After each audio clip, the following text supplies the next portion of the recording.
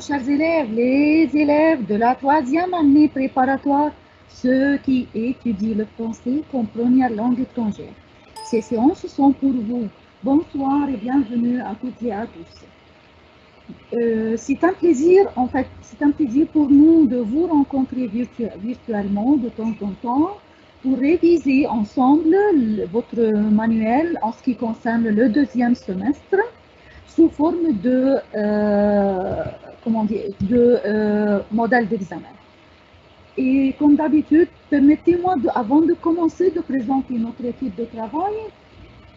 Nous avons, comme d'habitude, Madame Chérine Rabi, inspectrice générale au gouvernorat d'Alexandrie. Madame Jeannette Esrey, enseignante du français au gouvernorat du Caire. Madame Regina Sayed, enseignante du français au gouvernorat du Caire. Et moi, Nadine Ata. Nous espérons une séance bénéfique et intéressante. Alors, soyez motivés, nos chers élèves. Nous allons commencer tout de suite notre modèle d'examen. Mais avant, je vous rappelle que chaque examen se compose de 3 parties essentielles. La partie compréhension, la partie exercice de langue, entre parenthèses grammaire, et la partie expression qui se compose elle aussi de 3 parties, 3 sous-parties. Numéro 1, complétez les phrases. Numéro 2, écrivez ce que vous dites dans les situations suivantes, 2 situations. Et 3e partie, c'est écrire un petit sujet. Et maintenant, nous allons tout de suite commencer avec la partie compréhension, avec comme d'habitude un document à comprendre et des questions variées. La consigne, lisez le document suivant, puis répondez, ici seulement, répondez bien sûr aux questions. L'école organise une excursion à la cité du Ramadan pour visiter quelques usines. Professeur, il y a un dialogue ici entre le professeur et quelques élèves. Qui veut participer à l'excursion pour la cité du Ramadan? Élève 1, qu'est-ce qu'on peut voir là-bas? Professeur, c'est une cité industrielle où se trouvent plusieurs usines. Élève 2, pourquoi, monsieur? Professeur, par exemple, l'usine des lampes électriques, nous allons commencer notre tour par la visiter. Élève 3, où situe cette usine, s'il vous plaît? Professeur, au gouvernorat d'El-Sharqiya.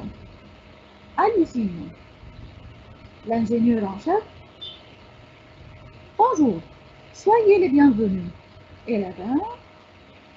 Bonjour, on veut bien savoir ce que produit cette usine. L'ingénieur en chef, des lampes électriques. Élève 2. Quel est l'effectif de l'usine?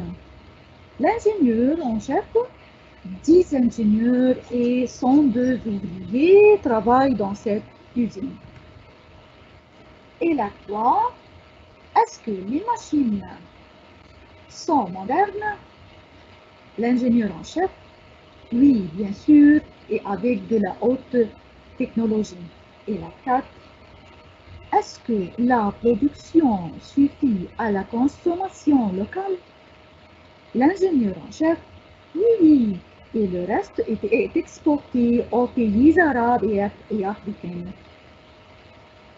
Et africain, pays, bien sûr, c'est masculin.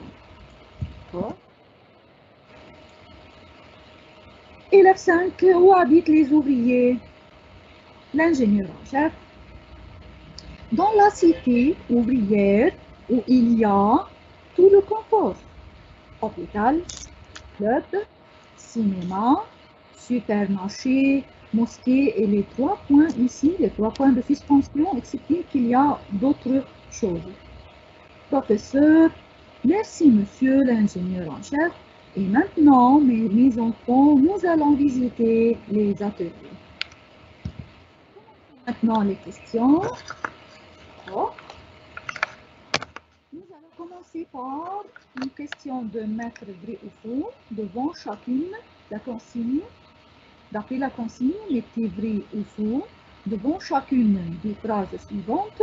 D'après le document, toujours en ce qui concerne la compréhension, on répond d'après le document. A. La cité du dit Ramadan est une cité industrielle, vrai ou faux? Oui, bien sûr. La cité de Dji-Ramadan est une cité industrielle. Bien sûr, Madame Janet, parce que c'est une cité qui est pleine d'usines, des centres commerciaux, etc. Et c'est une cité, bien sûr, industrielle. B. C'est une usine de machines que les élèves ont visitée. Est-ce qu'il y avait, vous avez constaté quelque chose qui concerne les machines? Ou Mais bien non, c'est une... c'était pas vrai. C'est l'usine Oui, de lampes électriques, par exemple, tout à des... fait. Oui, oui. Oui, il existe des machines dans cette usine, mais cette usine ne fabrique pas les machines. Il fabrique, comme Madame Janat vient de dire, des lampes électriques. Alors, c'est faux. Numéro 6. L'usine vend seulement aux pays arabes. Qu'est-ce que vous en pensez? Est-ce que cette usine vend aux pays arabes seulement? C'est pas correct. Tout à fait, parce que si on revient au texte, si vous voulez, les pays, on trouve ici les pays arabes. Le reste est exporté aux pays arabes et africains. Oui. Donc cette phrase, c'est faux. D. La production ne suffit pas à la consommation locale. Non, c'est pas correct. Dans le texte, Bien, c'est mentionné que ça suffit à la consommation locale et le reste est exporté aux pays arabes et africains. exactement. Donc c'est faux. E. Les ouvriers ont leur maison à la cité ouvrière. C'est vrai? Oui, c'est déjà cité dans le texte, oui. Ils habitent et résident à la cité ouvrière. On a maintenant deux associés A et B. On a deux colonnes et on doit associer chaque partie de la phrase à l'autre partie. Colonne A, c'est une visite. B, 11 ingénieurs et ouvriers. C, le reste de la production. D, les ouvriers travaillent. E, cette usine se trouve. L'autre colonne est exportée aux pays arabes et africains.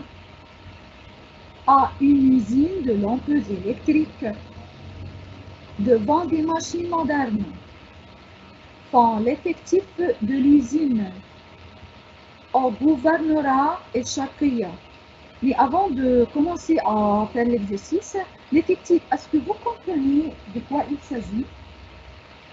L'effectif, c'est-à-dire combien de personnes, les personnes travaillant dans cette usine, constituent combien le nombre d'ouvriers, le nombre d'ingénieurs, et ainsi de suite. Donc, on a ici numéro 1, c'est une visite. Avec quel reste de la phrase on va associer cette partie de la phrase? C'est une visite à une usine de lampes électriques. Tout à fait. Une usine de lampes électriques, bien sûr. Numéro B, 11 ingénieurs et ouvriers. Je pense que c'est facile après avoir déclaré le mot et l'effectif. 11 ingénieurs et ouvriers. J'entends quelques élèves qui sont arrivés à la réponse. Oui, l'usine, bien sûr. Et je vous rappelle que vous pouvez écrire sur le chat si quelque chose qui n'est pas qui est incompréhensible, vous pouvez écrire votre question sur le chat et nous, le professeur, nous allons répondre tout de suite. Donc, alors, maintenant, numéro C, le reste de la production. Il reste ici trois parties à compléter. Le reste, d'accord? Le reste de la production. Qu'est-ce que vous pensez comme reste de la phrase? Est exporté? Oui, est exporté aux pays arabes et africains. Donc, on a maintenant numéro D, les ouvriers travaillent. On a deux phrases ici à choisir. Est-ce qu'on peut compléter devant des machines modernes? Oui, il travaille devant une machine moderne. D'accord, c'est ça la réponse correcte. Et le reste ici, il ne reste que le numéro E. Cette usine se trouve, comme vous le savez, au gouvernorat échappé. Donc, troisième question, toujours avec la compréhension, avec le document qu'on vient de lire ensemble. Complétez avec ces mots, lampe, machine, ouvrier, élève. Dans cette usine, les ont visité, ont produit des électriques, on y voit des qui travaillent devant des. Dans cette usine, que les ont visité cette usine. Que les, oui, tout à fait, les élèves ont visité, ont produit. Qu'est-ce qu'on produit dans cette usine? On vient de dire des lampes électriques. Bien sûr, des lampes électriques. On y voit des. Qu'est-ce qu'on voit dans l'usine? Les ouvriers qui travaillent. Des ouvriers, bien sûr, des ouvriers qui travaillent devant des. Devant quoi? Des machines modernes. Alors, maintenant, quatrième partie, en ce qui concerne la compréhension, répondez aux questions suivantes d'après le document. Voyons la première question. Pourquoi l'école organise-t-elle cette excursion? À votre avis, c'est une excursion pour quoi? Pour visiter quelques usines. Oui, parce que c'est une cité industrielle pour visiter quelques usines. Deux, est-ce que les élèves peuvent voir à la cité? Ils peuvent voir une cité industrielle où se trouvent plusieurs usines. C'est écrit dans le texte. C'est écrit, bien sûr, oui, Madame Jeannette, tout à fait.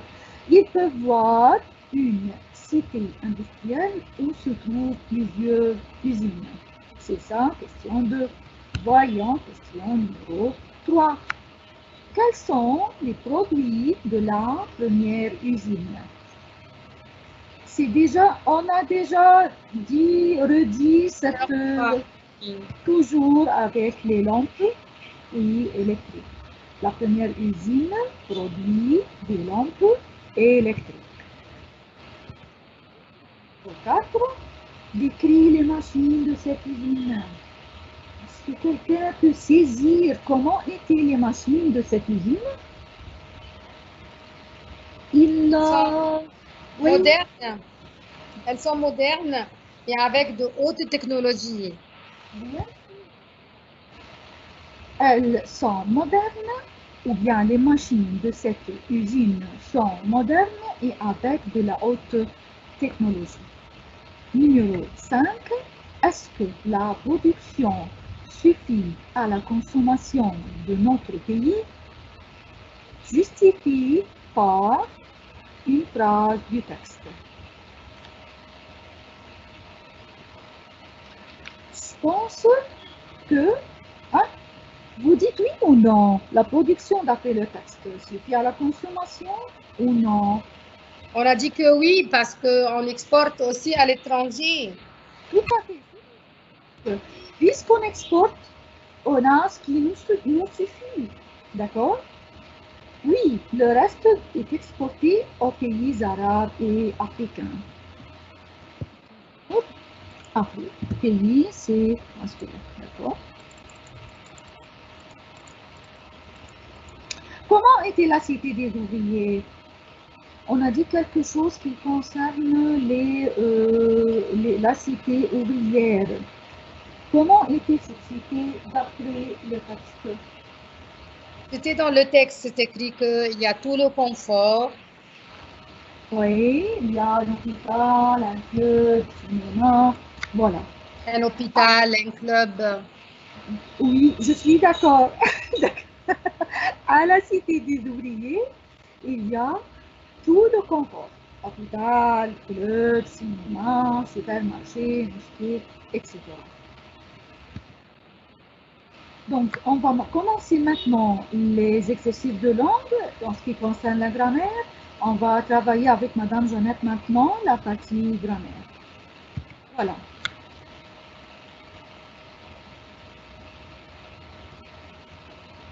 On va commencer à réviser ensemble, chers amis. On va commencer par la concordance des tons. Quelle surprise, nous être très contentes de te voir parce qu'on s'ennuie un peu. Alors, il n'y a pas quelque chose ici qui nous indique un passé ou un futur. Alors, qu'est-ce que je peux mettre? Donc, je dois mettre le verbe au présent. Voilà, parce que c'est quelque chose qui a été dit maintenant au moment où on parle. Quelle surprise, nous sommes très contentes de te voir parce qu'on s'ennuie un peu. Tu ne réponds pas à mon courriel, je t'appelle. Au cas où. On se rappelle maintenant la règle de au cas où. Au cas où, c'est plus conditionnel présent. Oui. D'accord, Oui. on comprend la phrase. Tu ne réponds pas à mon courriel, je t'appelle. Alors, dans quel cas je vais t'appeler? Je t'appelle au cas où tu ne répondrai pas à mon courriel. Alors là, c'est le conditionnel. Et le conditionnel, comment je le forme? C'est le radical du futur plus la terminaison de l'imparfait. Continue.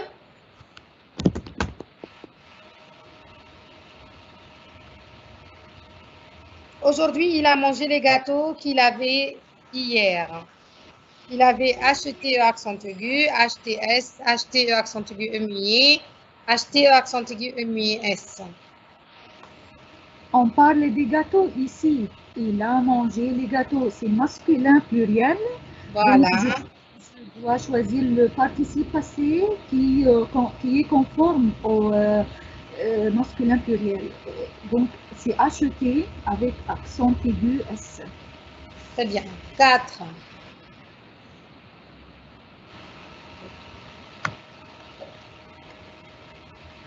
Il faut qu'il fasse des efforts d'adaptation. Il faut que plus. Quel temps? Toujours l'obligation, c'est plus point. Le subjonctif. Subjonctif, très bien. Il faut que plus subjonctif. Il exige plus subjonctif. Oui, il faut qu'il fasse des efforts, parce que faire, c'est parmi les verbes irréguliers qui prennent une autre forme que la terminaison normale du subjonctif. Je suis journaliste, j'écris des articles. Ici, je vais ajouter si qui indique la condition. Et puisque j'ai la liberté de choisir n'importe quel cas de si, alors j'utilise le cas le plus facile, si plus présent, futur, simple. Alors, qu'est-ce que je peux mettre? Est-ce que je peux utiliser ici si plus un parfait et conditionnel présent? Oui, parce que c'est pas quelque chose. Et qui peut exiger n'importe quel temps. Oui, d'accord. Si j'étais journaliste, j'écrirais des articles.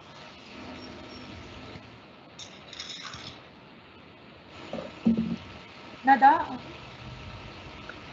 Alors, maintenant, Nada a lu un nouveau roman. Je vais mettre l'expression commencer à. Nada a lu un nouveau roman, commencer à. Commencer à exige un infinitif après, n'est-ce pas? Voilà, voilà. Je mets le sujet Nada. Nada commence à. Est-ce que je peux le mettre au passé composé parce que ici Oui, parce que le verbe déjà est au passé composé. Excellent. Alors, Nada a commencé. Alors, pourquoi j'ai utilisé le passé composé? Parce que le verbe de la phrase de la principale est au passé composé. Nada a commencé à lire un nouveau roman. Rentre chez toi avant qu'il soit. Avant que, c'est une proposition subordonnée conjonctive qui exige quel temps? Le subjonctif. Le subjonctif, très bien. On a dit que avant de plus infinitif, avant que plus subjonctif. Donc, c'est numéro D qui est passe. Veux-tu sortir de ta maison? Alors, de ta maison ici, qui commence par un 2. Et on a déjà dit que à quoi où, c'est Y. Et de quoi d'où, c'est en. Alors, d'où veux-tu sortir? Je vais dire comme ça. Veux-tu en sortir? sortir? Très bien.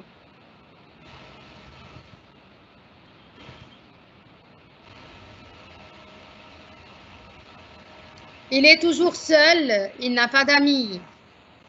On a pour que, pour, afin, étant donné que. On parle ici d'une cause.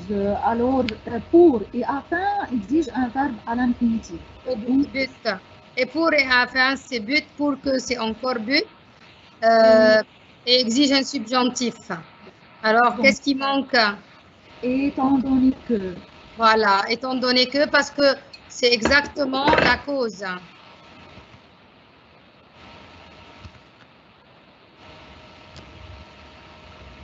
C'est inaccessible, Sarah ne m'entend pas en parlant. Je trouve, on a cette expression-là dans le livre et on a dit que je trouve plus un adjectif. Je trouve et, quoi? Que et après un verbe au subjonctif.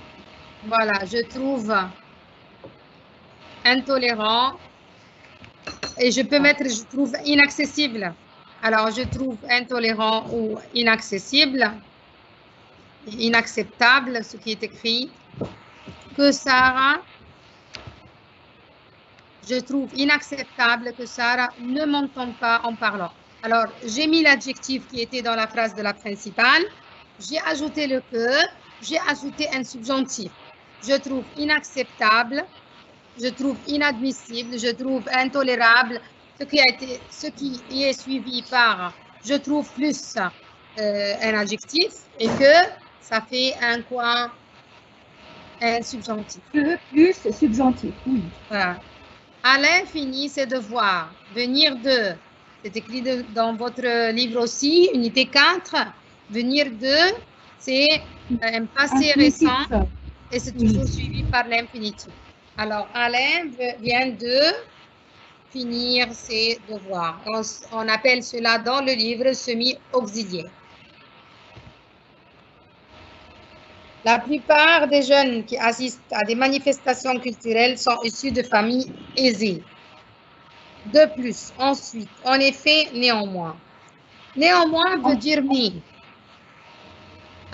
Ensuite, ça veut dire que j'additionne quelque chose. De plus, c'est pareil. Et en effet, on ne peut ça pas veut dire commencer par la phrase par néanmoins, n'est-ce pas? On ne peut pas commencer la phrase par néanmoins. Ça doit avoir quelque chose avant pour que j'oppose cette phrase avec. Alors, c'est toujours au milieu si jamais je vais la mettre comme un mot à compléter. Alors, plus, c'est la même chose. On doit trouver quelque chose pour additionner, oui, c'est ça. Et ensuite, la c'est même pareil. chose. Alors, qu'est-ce que je peux mettre au début d'une phrase? En effet, parce que En c'est au effet. début de la 13. J'espère que tu partiras en vacances. Conjuguer le verbe. Est-ce que je peux mettre ce verbe au subjonctif, madame? Non, non. J'espère que indique indicatif est toujours suivi par le futur simple. J'espère que tu partiras. Excellent, très bien, partira. Autrefois, tout le monde écrire avec une plume, mais maintenant, on écrit sur ordinateur. Alors, maintenant, je compare entre deux situations. Autrefois, je pense qui qu'on exige oui, l'imparfait parce qu'on l'imparfait. Oui, On décrit une situation dans d'accord. le temps. Alors, tout le monde écrivait avec une plume, mais maintenant exige quel temps? Le présent. Voilà, c'est le présent. Maintenant, on écrit sur l'ordinateur. Et attention à l'expression tout le monde exige un verbe conjugué à la troisième personne du singulier. Voilà, tout le monde, c'est comme on, c'est comme il, sans S. Il sort de la maison, il ne prend pas son cartable. On a aussi sans dans votre unité 4 aussi. On peut mettre sans plus infinitif ou sans plus non. Alors, il sort de la maison sans prendre son cartable. Voilà, je peux dire sans prendre son cartable et je peux dire sans son cartable. Les deux sont corrects. D'accord. Parce que dans votre livre, il y a sans plus non, mais quand même, il y a sans plus infinitif pour nier la deuxième phrase. Sans prendre son cartable ou bien sans son cartable. C'est la partie maintenant expression. On va travailler trois parties distinguées dans l'expression. Numéro A, compléter les phrases suivantes. Première phrase, vous avez et on a ici le point d'interrogation. Donc c'est une question. Vous avez par exemple dans ton portable, vous avez un livre d'histoire, vous avez comme vous voulez, à condition que cette phrase constitue une question. Oui, mais là aussi, le verbe savoir peut aussi exiger un verbe. Par exemple, vous savez lire, ça peut être une phrase aussi à la forme interrogative. Et si je peux dire aussi un mot interrogatif comme par exemple, vous savez où est le livre? Vous savez où est mon cartable? Attention, ce que c'était vous avez. Donc, c'est vous, ça, c'est va savoir. Oui, vous avez raison. Vous savez, oui, où est le livre, d'accord. Oui. Vous savez comment aller au musée, par exemple. Excellent, ça c'est une très bonne phrase de la vie quotidienne. Oui, d'accord. Deuxième phrase, je me souviens de. Alors, je me souviens, je peux avoir à l'examen, je me souviens seulement, sans mettre le de. Alors, je vais dire, je me souviens de, et je dois mettre un nom après. Je me souviens de mes enfants, je me souviens de mes grands-parents, je me souviens de mon voyage, je me souviens de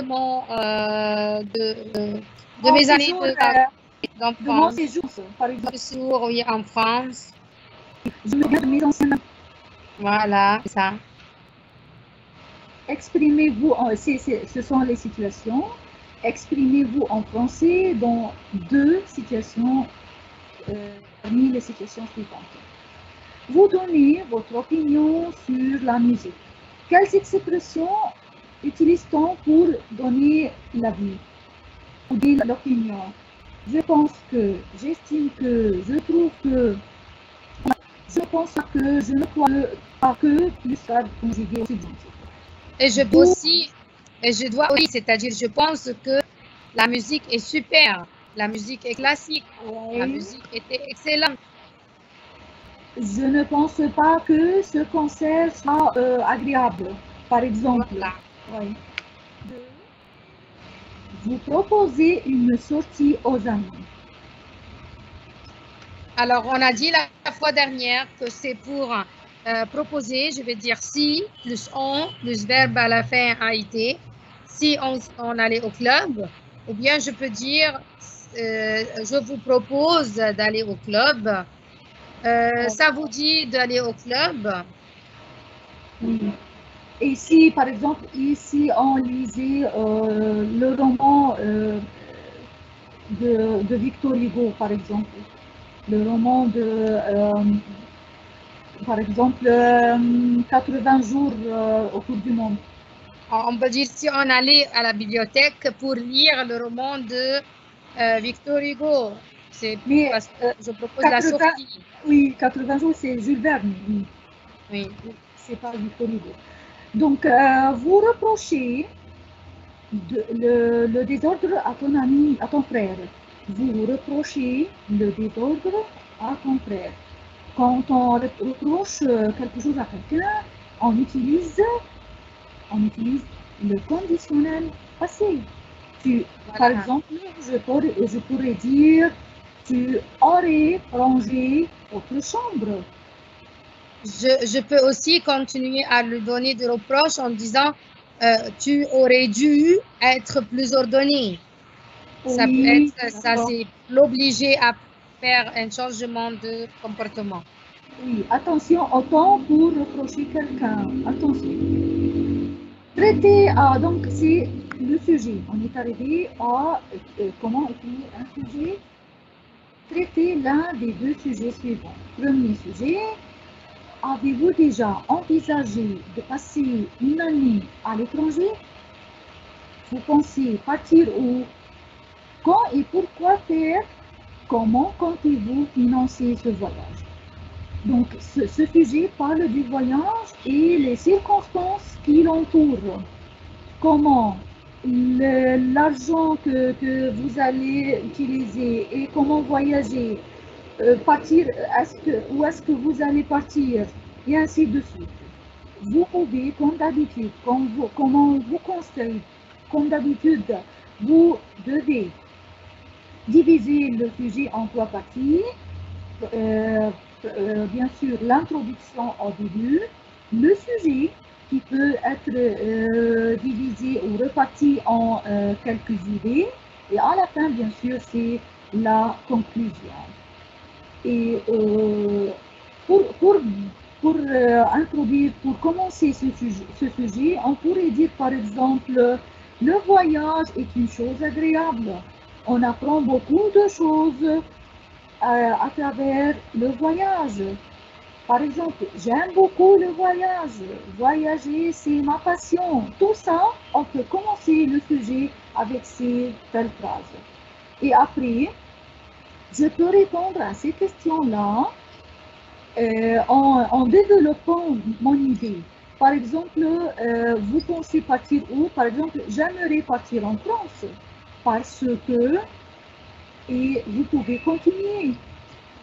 Quand et pourquoi faire? Qu'est-ce que tu vas faire en France et pourquoi? C'est une autre idée. Comment comptez-vous financer ce voyage? Par exemple, les maisons de jeunesse, les associations de jeunesse. Il y a un co-financement avec l'école, etc. Vous pouvez écrire ce que vous voulez. C'est à vous d'imaginer. Est-ce qu'il y a quelque chose, Madame Jeannette, à ajouter? Vous voulez ajouter quelque chose en ce qui concerne? Non, c'est bon, excellent. On peut seulement dire plusieurs causes pour le voyage, soit pour étudier, soit pour visiter la ville, pour un but touristique. Oui, bien sûr. Les sites et les monuments touristiques, visiter tout ça, et ainsi de suite. 2. Racontez en quelques lignes vos habitudes et vos goûts. C'est facile de décrire ce sujet, c'est parce que vous parlez de vous-même. Comment vous passez votre journée? Quelles sont vos habitudes quotidiennes? Quels sont vos amis? Pourquoi? quels sont les endroits que vous fréquentez. Vous pouvez écrire ce que vous voulez dans ce sujet. Et puisqu'on parle des habitudes, vous pouvez commencer à introduire le sujet en disant, par exemple, mon journée est plein d'activités variées, par exemple. Ou bien la semaine se compose de 7 jours et chaque jour, j'ai quelque chose à faire.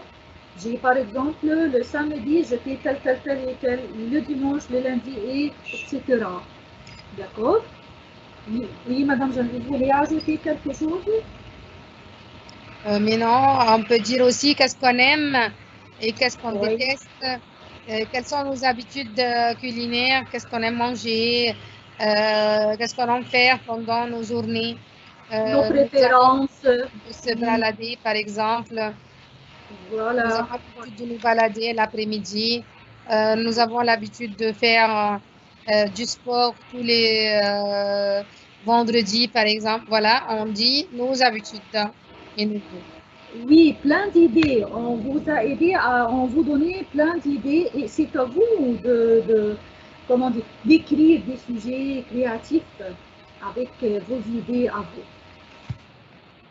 Alors, nous sommes arrivés maintenant à la fin de notre séance d'aujourd'hui.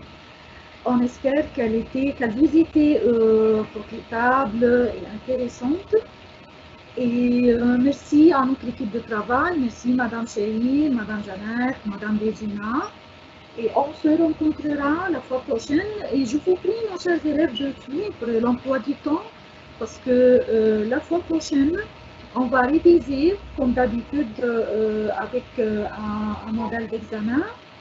Et grand merci à notre chère directrice de l'enseignement du français en Égypte, Madame Ota Abès. Et on remercie aussi les responsables de la technologie, Dr. Fathia Khairi, Madame Samiha Mustafa, Madame Azza Omar. أكيد نتوجه لهم بالشكر والتقدير فريق الدعم للتعليم الإلكتروني بوزارة التربية والتعليم. نخص بالذكر دكتورة فتحية خيري، الأستاذة سميحة مصطفى والأستاذ عزة عمر. شكرا جزيلا مدام وفاء عباس مستشارة اللغة الفرنسية. نلقاكم المرة القادمة والسلام عليكم ورحمة الله وبركاته.